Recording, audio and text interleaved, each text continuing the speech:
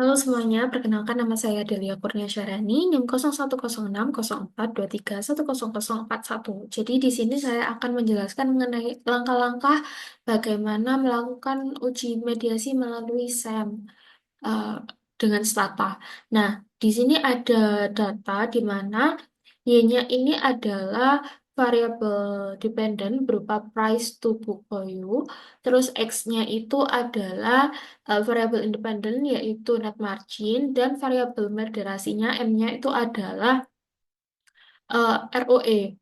Nah, selanjutnya saya akan langsung masuk ke tata caranya. Nah, untuk pertama-tama untuk melakukan uji mediasi itu kita harus mengetahui terlebih dahulu hubungan antara variabel eh, X-nya terhadap variabel Y-nya. Atau bagaimana hubungan antara net margin terhadap price to book value. Nah, langkah pertamanya kita rek rek Y terhadap X. Nah, terus predict SK tes. Nah, SKT stressnya ini itu kan 0,7, jadi ini kan di atas 0,05. Nah, berarti eh, ini berdistribusi normal. Nah, selanjutnya ini nggak ada VIF karena variabel independen yang diujikan kali ini itu kan cuma satu. Nah, langsung ke head test. Nah, head testnya itu kan juga di atas 0,05. Jadi ini artinya normal. Kalau misalkan 0, di bawah 0,05 berarti itu harus dirobus. Nah, terus karena ini normal, langsung saya rek lagi dari rumus yang ini.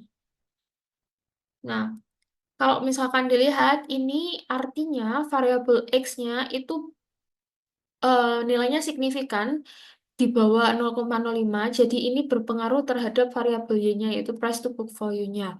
Nah, selanjutnya kita harus melaksanakan step keduanya terlebih dahulu, yaitu X terhadap M. Nah, pertama kita rek dulu, kan ini kan X terhadap M. Terus predict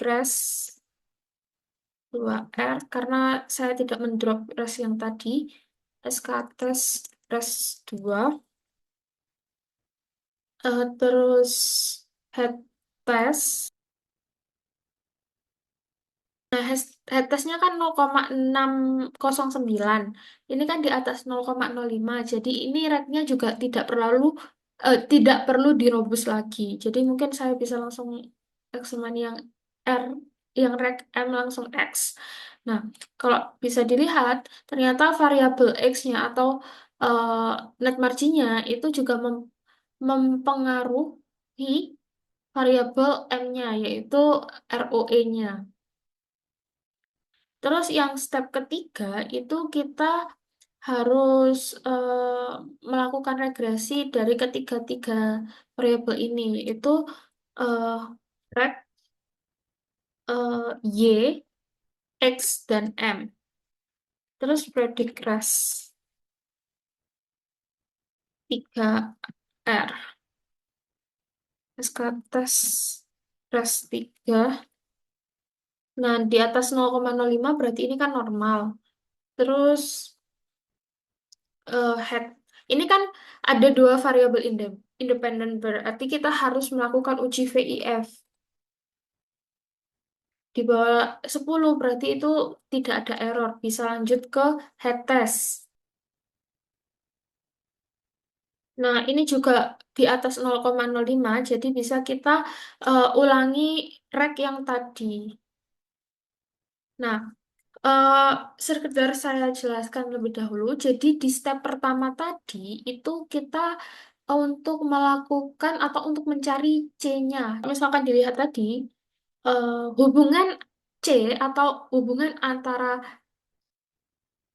X ke Y itu kan awalnya adalah signifikan.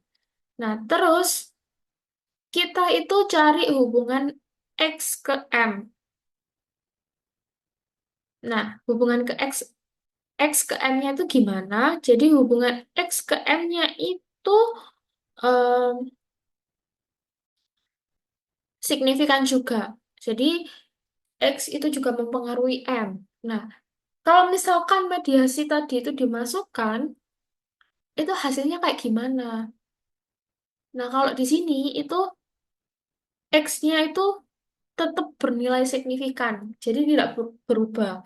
Jadi yang tadi uji pertama itu hubungan C-nya itu signifikan, terus yang kedua hubungan A-nya juga signifikan, terus C aksennya atau kita tinjau kembali hubungan antara X ke Y-nya itu gimana, ternyata tetap signifikan. Nah, artinya mediasi ini tuh bersifat mediasi parsial. Nah, langkah selanjutnya itu kita melakukan uji sobel. Nah, uji sobel itu dari kita ke web atau ke laman internet. Jadi ini tuh rekomendasi. Caranya itu kita masukkan dari langkah-langkah sebelumnya. Jadi gini, yang dimaksud dengan A.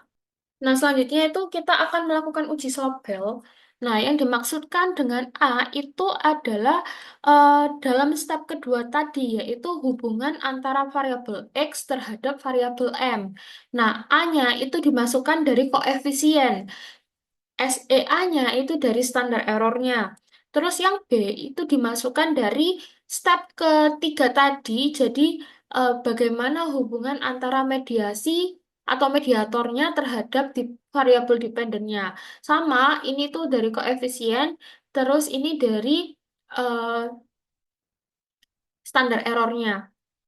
Nah, eh, yang A-nya tadi itu diambil dari ini hubungan antara X terhadap M.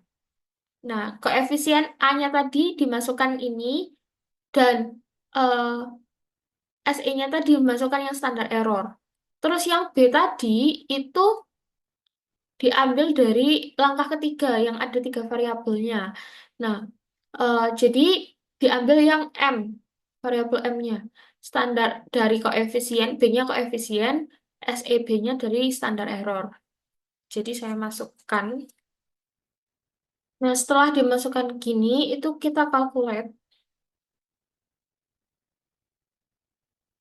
Nah, untuk batas ambang uji sobel itu adalah 1,96. Jadi, eh, supaya membuktikan bahwa ini adalah model yang atau variabel yang bisa memediasi, itu uji sobelnya harus di atas 1,96. Nah, selanjutnya kita akan melakukan MV-test normality, yaitu XYZ. Jadi, rumusnya itu MV-test normality X, Y, M, terus unvariate stat.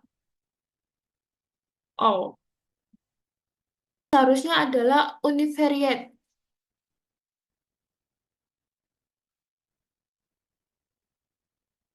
Nah, kalau misalkan dilihat, itu kan biasanya yang dipakai atau yang terpercaya itu kan Henze, Ziegler.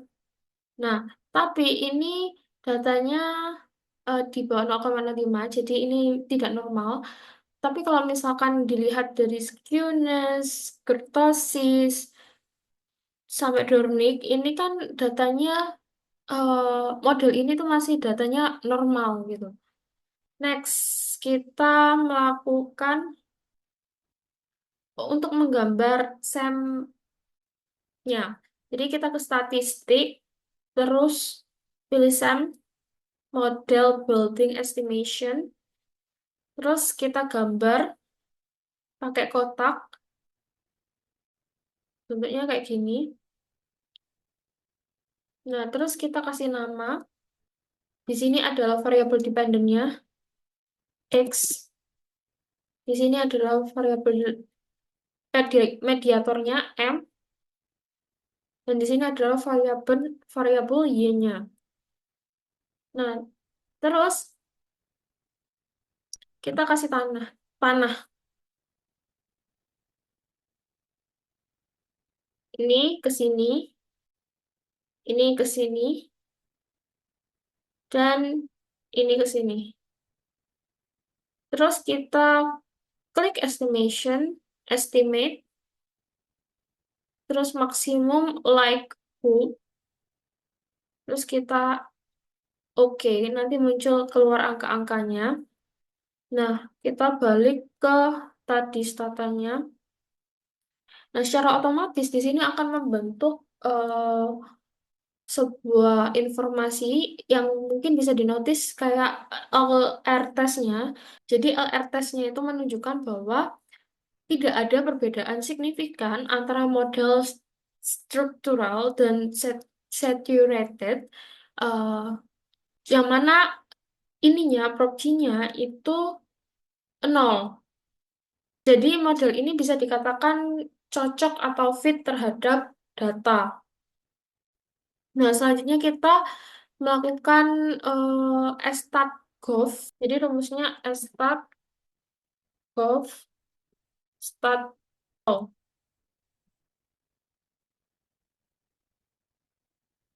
Nah, ini akan saya jelaskan sedikit-sedikit. Jadi, misalkan di likelihood ratio tadi, itu kan sudah saya jelaskan kalau misalkan prop G-nya itu nol, jadi nggak ada perbedaan signifikan antara model versus saturated-nya.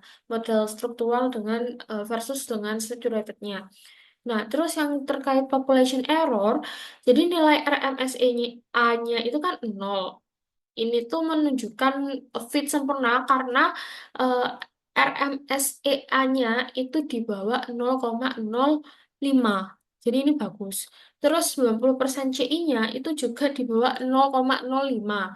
Backloss-nya itu juga di atas 0,05. Jadi eh, intinya population error-nya itu menunjukkan fit yang sempurna.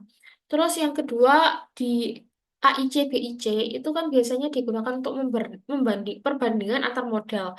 Jadi kayak semakin rendah itu semakin baik fitnya. Atau kalau misalkan AIC, BIC-nya itu besar, itu berarti ada peluang untuk membetulkan model. Nah, terus di baseline comparison-nya itu kan CFI dan LI-nya itu satu. Nah, ini di atas 0,95, jadi modelnya itu fit sangat baik. Kalau misalkan nilai satu, itu artinya modelnya itu cocok sempurna dengan data. Nah, next di size of residuals, SMR-nya itu nol. Nah, ini itu di bawah 0,08. Jadi ini tuh menunjukkan good fit.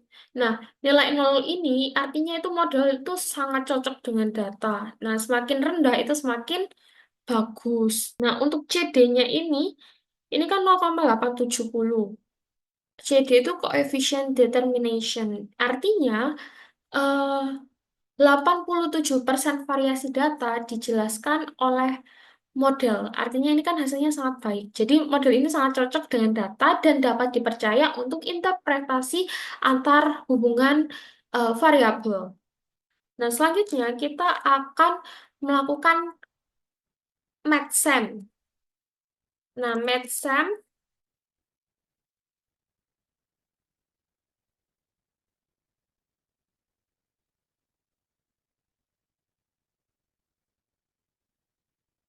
in-depth X.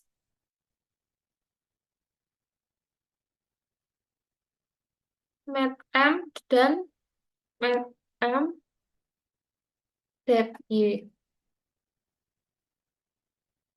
Nah, kalau yang tadi saya jelaskan bahwa mediasi ini adalah mediasi parsial itu kan dari beberapa step.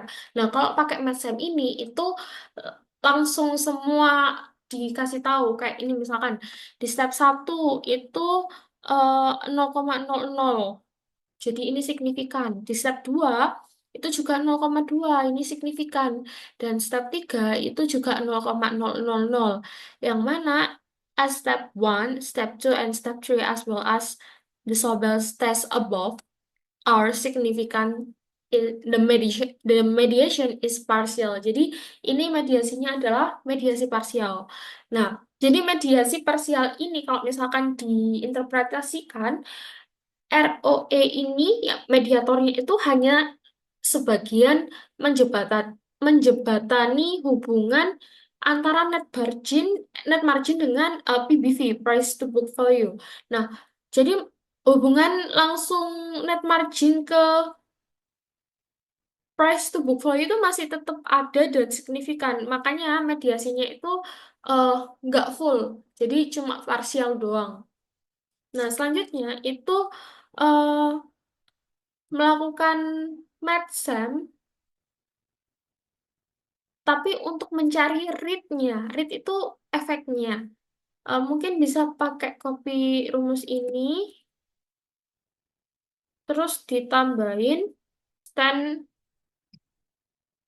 McCrebs 5.000 rate. Nah, eh rate-nya di sini itu kan 0,177. Nah, 0,177 itu di atas 0,09 tapi di bawah 0,25. Artinya efeknya itu medium. Nah, kalau misalkan di atas 0,0 di atas 0,25 itu berarti efeknya bagus. Tapi karena ini kan range antara 0,09 dengan 0,25 berarti ini efeknya adalah medium begitu. Jadi untuk uji mediasi ini kesimpulannya eh, adalah hasilnya mediasi parsial. Nah, sekian penjelasan dari saya terkait uji mediasi. Selanjutnya saya akan menjelaskan mengenai uji moderasi. Nah, selanjutnya saya akan melanjutkan di uji moderasi. Jadi ini datanya masih sama, X-nya itu masih net margin, M-nya masih ROE, dan Y-nya masih PBV. Langkah pertama untuk melakukan uji moderasi itu kita harus menguji terlebih dahulu hubungan antara moderatornya, yaitu ROE-nya terhadap Y-nya. Jadi yang pertama kita uji adalah eh, X dan M terhadap Y. Nah, kita masukkan rumusnya dulu dan uji-uji lainnya. Rek, Y, X, dan M. Terus kita predik dulu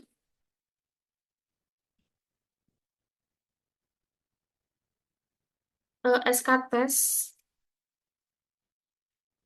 Nah, ini normal, jadi kita di atas 0,05, jadi kita langsung next ke VIF karena variabel independennya lebih dari satu. Nah, VIF-nya tidak ada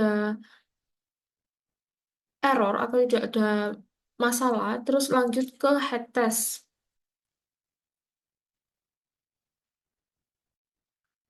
Head testnya juga di atas 0,05, jadi nggak ada error. Jadi mungkin kita bisa pakai rumus yang pertama tadi, reg YXM, karena nggak perlu dirobus. Nah, untuk step yang kedua itu kita harus tahu hubungan antara interaksi X-nya dan M-nya terhadap Y.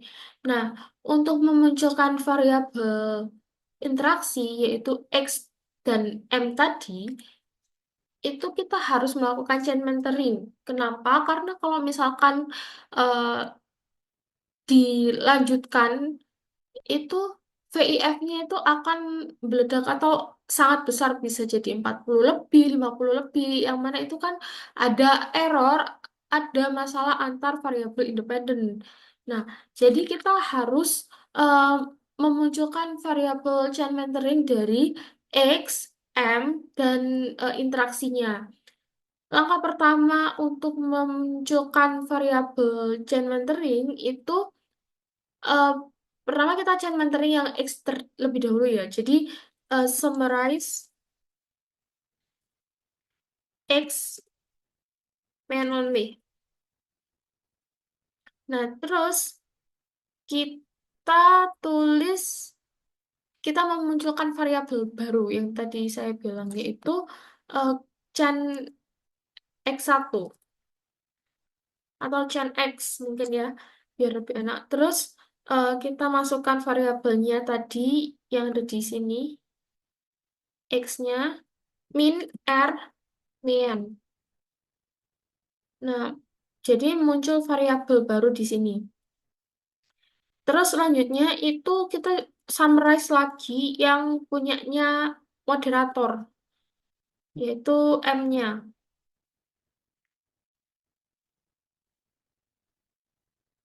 Terus kita munculkan variabel baru gen-nya, gen M sama dengan M min R min. Nah, terus untuk memunculkan variabel interaksinya itu rumusnya adalah gen, mungkin saya langsung XM ya. Terus sama dengan kita klik ini dikali dengan chain M-nya. Nah, muncul variabel baru XM-nya. Nah, uji yang kedua itu kita melakukan regresi eh, variabel X dan variabel M serta variabel interaksi XM-nya terhadap variabel Y. Maaf, sebelumnya saya lupa menjelaskan di ujian pertama tadi itu eh, ditunjukkan hasil bahwa X dan M-nya bernilai signifikan. Artinya X dan M itu mempengaruhi variabel Y-nya. Net margin dan ROE-nya itu sama mempengaruhi price to book value. Lanjut yang ini.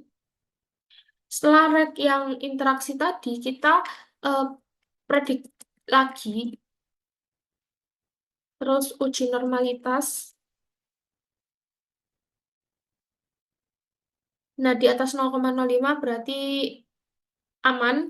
Terus VIF-nya itu juga nggak bermasalah.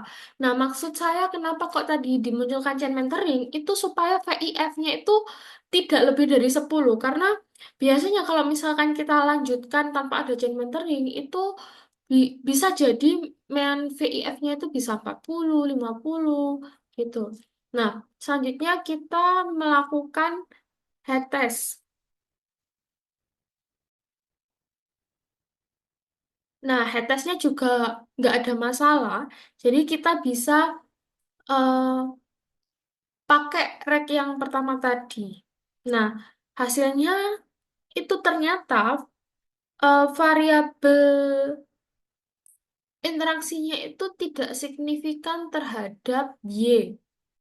Sehingga kesimpulannya di uji pertama tadi kan signifikan, di uji kedua itu adalah tidak signifikan. Artinya dalam model penelitian ini itu bersifat prediktor moderasi. Jadi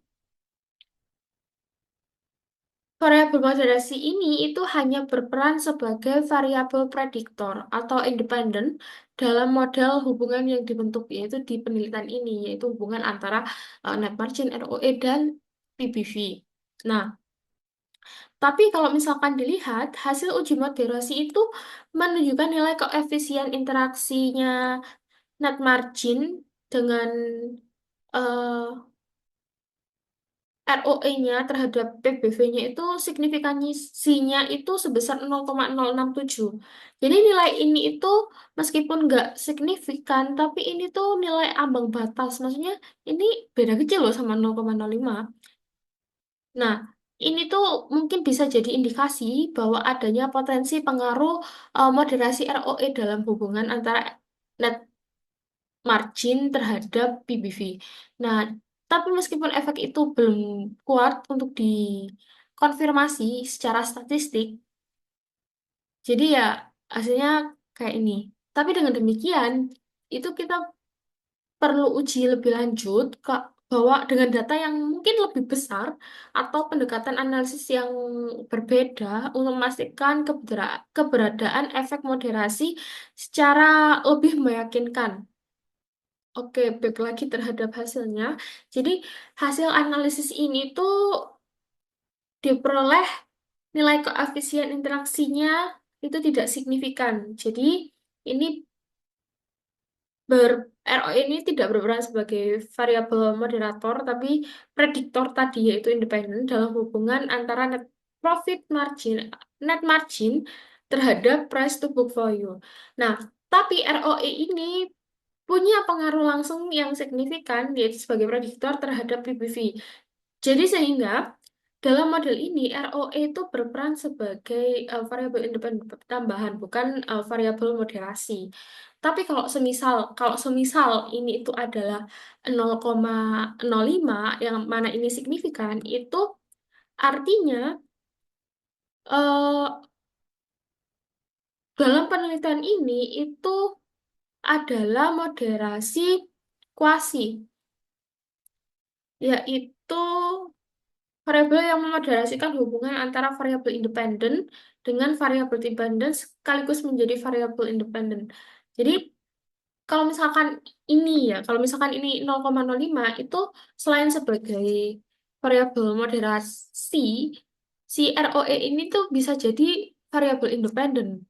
Nah, arahnya itu bisa dilihat dari koefisiennya. Di sini kan positif, variabel berarti ROE itu memperkuat hubungan antara net margin dengan eh, terhadap price to book value. Kalau misalkan ini signifikan ya, tapi kalau misalkan ini tidak signifikan, itu berarti eh, ROE ini tidak berperan sebagai moderator dalam penelitian ini. Cuma kan karena ini diambang batas, jadi mungkin kalau misalkan datanya lebih banyak atau pendekatan yang lebih spesifik lainnya, itu bisa jadi ROE ini bisa jadi moderator. Nah, sekian penjelasan dari saya. Mohon maaf apabila ada salah kata dan terima kasih.